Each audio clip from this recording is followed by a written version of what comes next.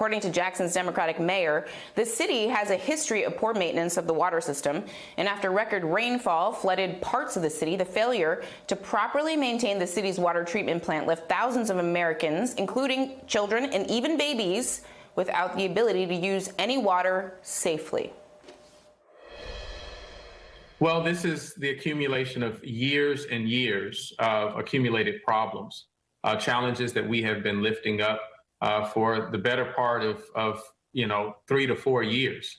I've been saying that it's not a matter of if our system would fail, but when our system would fail. I can remember as far back as 1988 when my family moved to Jackson and the problems that we had with our water system at that time. Jackson's 150,000 residents, many of whom had already been under a boil water notice for about a month, either have no water coming out of their faucets at all, or they have dirty water coming out. Like, just for a moment, everybody at home, imagine that your alarm goes off in the morning, you stumble over into the bathroom to the sink to start your day, and you can't brush your teeth or wash your face. In America. And every day, there have been long lines due to a limited supply of bottled water, just so residents can actually brush their teeth, wash their faces, take showers, and stay hydrated. The main water treatment plant in Jackson has become so plagued that state officials say it can no longer produce enough water to fight fires, flush toilets, or meet other critical needs. Mississippi Governor Tate Reeves has declared a state of emergency and has hired contractors to repair the treatment plant, which he acknowledges began operating at a diminished capacity, quote, some time ago. President Biden has also approved an emergency declaration request to quickly get federal assistance to the region. But here's what I want all of you to take from this story. It took a natural disaster, a flood, to get state leaders to actually address a problem that had been going on for years in Jackson, Mississippi. After years of complaints from residents in this not coincidentally majority black city. So I want to read you a story from Southerly Magazine. Quote, Frank Figures faucet didn't produce a single drop of water for 19 days after unprecedented winter storms swept through Mississippi in mid-February, crippling Jackson's water system. The 71-year-old collected ice from the front yard of his home in West Jackson so he could boil it for cooking or use it to flush the toilet. Figures was one of an estimated 33,000 Jackson residents without any running water. That is not a story from this week. That's not even a story from the past month. That's a story from 2021. So joining me now is John Tier. He's the owner of Johnny T's Bistro and Blues in Jackson, Mississippi. Thank you so much for being here today. I am so sorry that you are experiencing this crisis. Thanks for having me. Help us understand what life is like for you right now. As we speak, as we're talking right now, do you have access to any clean water? Actually, we imported water, and we're purchasing probably anywhere from $300 to $500 worth of ice, bottled water, canned soft drinks on a daily basis. Oh, wow. And how long have you had this issue where you have to purchase water that should be coming out of the faucet? We've been on a boil water notice for the last 30 days. Just recently, it's got to a low pressure, and some residents of the city have no water at all.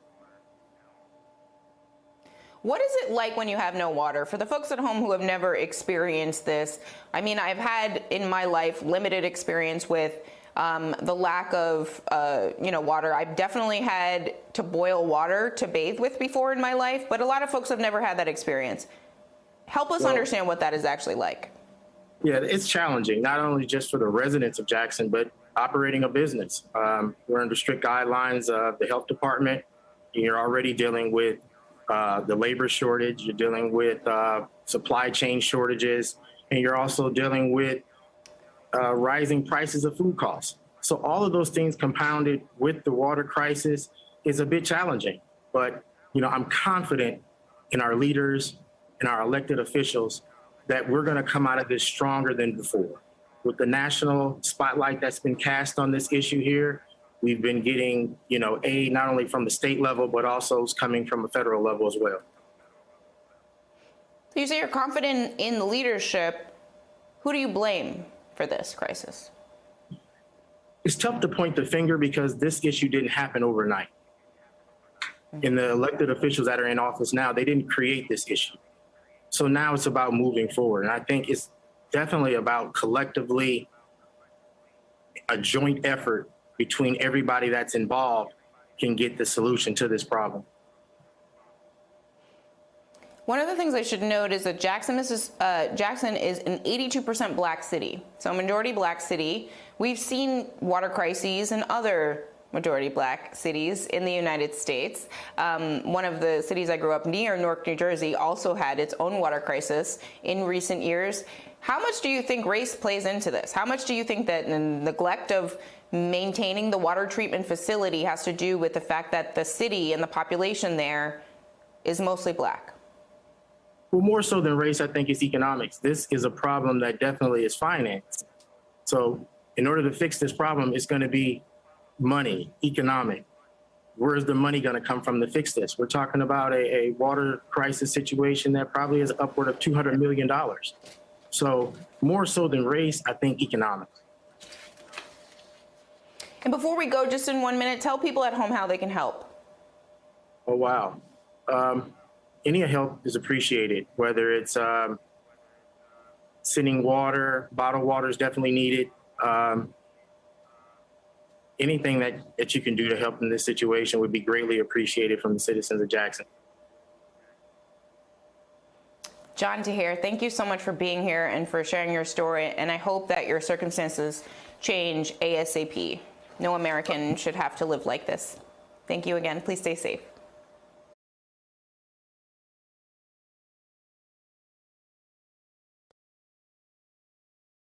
Hi, I'm Zerlina Maxwell. Thanks for checking out our channel on YouTube. You can see more from Zerlina by clicking any of the videos on this screen, and make sure you subscribe below to stay up to date on the day's biggest stories. Thanks for watching.